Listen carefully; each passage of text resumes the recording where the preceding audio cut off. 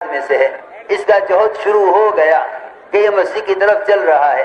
آپ نے خوشامد کر کے ملاقات کر کے اپنے ساتھ مسیح کی طرف چلا لیا۔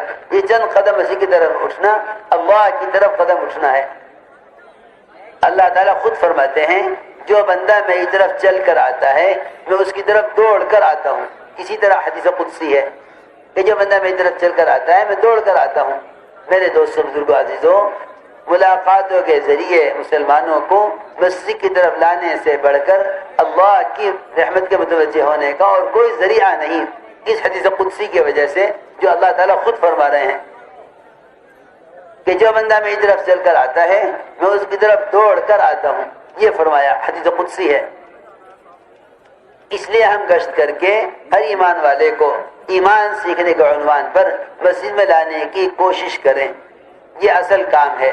کیونکہ میں عرض کر چکا ہوں کہ ایمان کی تقویت کی اصل جگہ مسجد میں ایمان کے حلقوں میں جڑنا ہے۔ ایمان کی تقویت کی اصل جگہ مسجد میں ایمان کے حلقوں میں جڑنا ہے، یہ اصل جگہ ہے ایمان کی تقویت کی۔ دور صحابہ میں معمول یہی تھا، چور سے چوری ہو گئی اس کو مسجد کے ستون سے باندھ دیا تاکہ اعمال مسجد اس کے دل میں چوری کی نفرت پیدا کر دیں۔ اس طرح ہمیں بھی ملاقاتیں کر کے لوگوں کو مسجد کے ماحول میں آنے پر آمادہ کرنا ہے۔ سخت سے سخت دل مسجد میں آ کر بات کے سننے کے لیے تیار ہو جائے گا۔ حضرت طفیل بن عمرو دوسی رضی اللہ عنہ نے کان بند کیے ہوئے تھے آپ کی بات کے سننے سے، فرماتے ہیں کہ میں مسجد میں داخل ہوا، اپنے کانوں کو روئی سے بند کر کے مسجد میں قدم رکھتے ہی خیال آیا کہ مجھے ان کی بات سننی چاہیے۔ کان بند کیے ہوئے ہیں، آپ کی بات سے نفرت، لیکن فرماتے ہیں مسجد میں قدم رکھتے ہی میرے دل نے کہا کہ ان کی بات سننی چاہیے۔ فرماتے ہیں میں نے کان سے روئی نکالی اور آپ کی بات سنی اور اسلام قبول کیا اور اپنی قوم کو دعوت دے کر 80 خاندانوں کے اسلام میں داخل ہونے کا ذریعہ بنے۔ ایک آدمی صرف 80 خاندانوں کے اسلام میں آنے کا ذریعہ بنا، وہ بھی وہ شخص 80 خاندانوں کے اسلام میں آنے کا ذریعہ بنا، وہ بھی وہ شخص جو بات سننا نہیں چاہتا تھا، صرف اس لیے کہ مسجد میں داخل ہو گیا، صرف اس لیے کہ مسجد میں داخل ہو گیا۔ میں ضروری بات عرض کر رہا ہوں، آپ حضرات گشتوں کے ذریعے اس کی پوری کوشش کریں کہ ایک ایک مسلمان کو کسی طرح مسجد کے ماحول میں لے آؤ۔ حدیث میں آتا ہے مسجد میں آنے والے سے اللہ تعالیٰ اس سے بھی زیادہ مل کر خوش ہوتے ہیں جتنا کوئی اپنے دوست اور رشتہ دار سے مدت کے بعد مل کر خوش ہوتا ہے، اس سے زیادہ اللہ خوش ہوتے ہیں۔ سوچو تو صحیح، جب آنے والے جتنا خوش ہوتے ہیں تو لانے والے سے کتنے زیادہ خوش ہوں گے۔ ہم کیوں نہیں غور کرتے اس بات کو کہ ایک مسلمان کو مسجد میں لے آؤں گا تو اللہ تعالیٰ مجھے اپنے قریب کر لیں گے۔ آپ اندازہ کریں، آپ کسی کھوئے ہوئے بچے کو اس کے باپ سے ملا دیں، اس کے باپ سے ملا دیں کسی کھوئے ہوئے بچے کو، وہ باپ یہ کہے گا لانے والے سے کہ جو چاہو منہ مانگا انعام لے لو، میرا ایک ہی ایک بیٹا تھا، تم نے اس بچے کو تلاش کر کے مجھ تک پہنچا دیا، جو چاہو گے وہ ملے گا۔ ہے جب ایک باپ کو اپنے بیٹے سے تھوڑی محبت ہے اللہ کے اپنی مخلوق سے محبت کے مقابلے میں، تو اگر ایک انسان کو اللہ کے گھر لے آؤ گے، اللہ سے ملا دو گے، تو اللہ تعالیٰ تمہیں کیا نہیں دیں گے؟ ہم نے ابھی تک اس پر غور نہیں کیا۔ انبیاء علیہ السلام کو جو اللہ کا قرب خاص ہے وہ اللہ کے بندوں کو اللہ سے جوڑنے کی اذیتوں کے برداشت کرنے کی وجہ سے ہے۔ اللہ کے بندوں کو اللہ سے جوڑنے کی جو اذیتیں ہیں، ان اذیتوں کے برداشت کرنے کی وجہ سے انبیاء علیہ السلام کا اللہ کے ساتھ قرب خاص ہے۔ میرے دوستو عزیزوں، حضرت فرماتے تھے کہ اگر تم اس طرح محنت کرو گے اور ان کی نقل اتارو گے تو اللہ تعالیٰ اس طرح مدد کریں گے تمہاری جس طرح انبیاء علیہ السلام کی مدد کی ہے، اور دعائیں تمہاری ان کی دعاؤں کی طرح قبول ہوں گی، بشرط یہ کہ ان کی طرح محنت اور ان کی طرح امت کے لیے غم ہو دلوں میں، تو اللہ رب العزت، سنو دھیان سے، تو اللہ رب العزت اس طرح ہمیں ان کی طرح نوازنے والے ہیں۔ ہمیں اس طرح محنت کرنی ہے۔ سنو غور سے، ادھر دیکھو، میں اس طرف چاند دیکھ رہے ہیں، توجہ سے سنو بات، ہمیں اس طرح محنت کرنی ہے یہ ہے سب سے پہلا کام تبلیغ میں، دعوت کے ذریعے سب سے پہلے یقینوں کا بدلنا ہے۔ اس یقین کی تبدیلی کا اصل تعلق مسجد میں ایمان کے حلقوں سے ہے۔ ہمیں گشتوں کے ذریعے ایک ایمان والے کو مسجد کے ماحول میں لانا ہے، یہاں لا کر اللہ کا تعارف کرواؤ، ایمان کی حقیقت سمجھاؤ، اور یہ ضرور بتلاؤ کہ ایمان کسے کہتے ہیں۔ پہلے تو ایمان بالغیب سمجھاؤ، وہ یہ کہ جتنا مسجد سے باہر کا پھیلا ہوا مادی نقشہ ہے، ان سب سے کچھ نہیں ہوتا، کرنے والی ذات صرف اللہ کی ہے۔ یہ بات اللہ کے گھر میں لا کر سمجھاؤ، یہاں لا کر جتنا ہم اللہ کی ذات کو سمجھائیں گے، باہر نکل کے پھر اسی کی دعوت بھی دیں گے، اس سے میرے دوستو عزیزوں اللہ کی ذات کے ساتھ تعلق بڑھے گا۔ اور ایمان کو ایمان کی علامتوں میں سمجھاؤ، کیونکہ ایمان کی علامت اصل اللہ کی اطاعت ہے، اور اس کی اطاعت پر آنے کا سب سے بڑا ذریعہ نماز ہے۔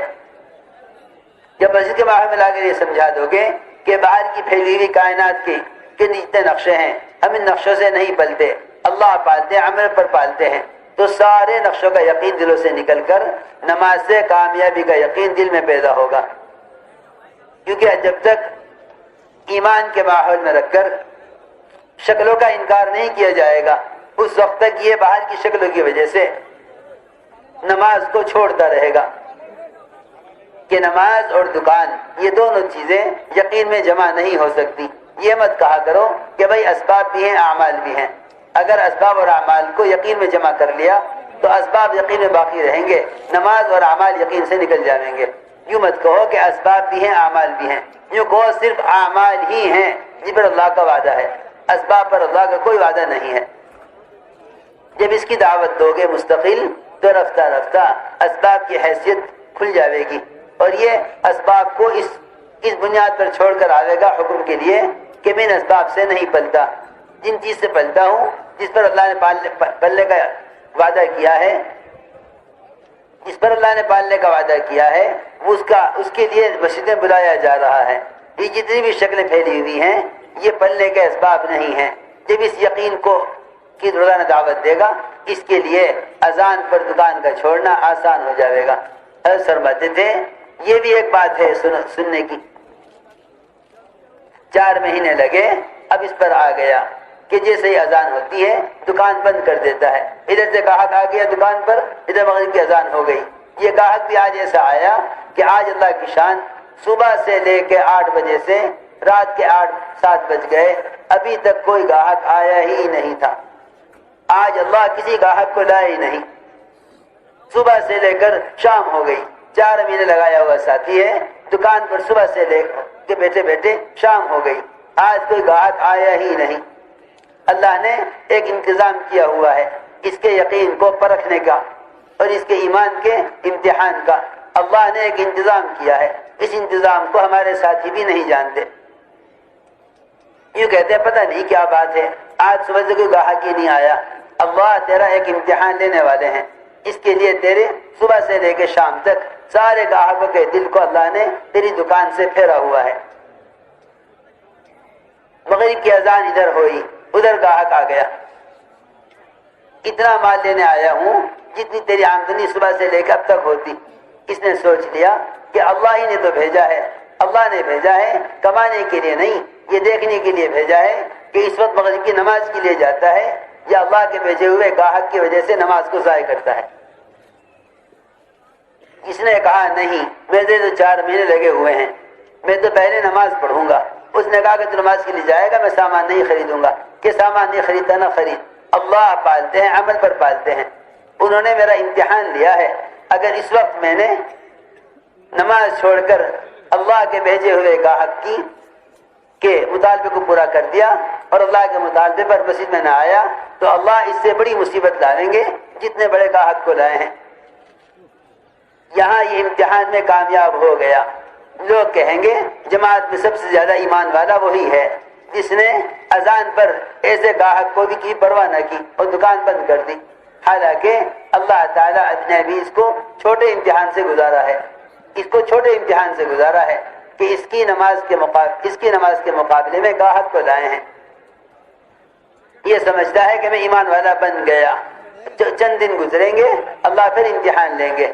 یہ چلا نماز کے لیے مسجد کی طرف، جب مسجد کے دروازے پر پہنچا اذان ہو چکی تھی، نماز بالکل تیار تھی۔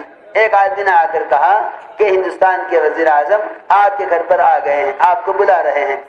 حضرت فرماتے تھے خدا کی قسم اس وقت اگر وزیر کی طرف قدم اٹھا لے تو اللہ کی بادشاہت کا انکار کر کے آ رہا ہے۔ اگر اس وقت گھر کی طرف قدم اٹھا لے کہ وزیر کی بات سن لوں ورنہ جیل میں ڈال دے گا، سمجھ لو اللہ کی بادشاہت کا، اللہ کی عدالت کے سامنے انکار کر کے آیا ہے کہ تو بادشاہ نہیں ہے بلکہ وہ وزیر جس نے مجھے گھر میں بلایا ہے وہ وزیر ہے۔ یہ اللہ کی بادشاہت کا منکر ہے اور وزیر کی وزارت کو تسلیم کرنے والا ہے، اللہ کے مقابلے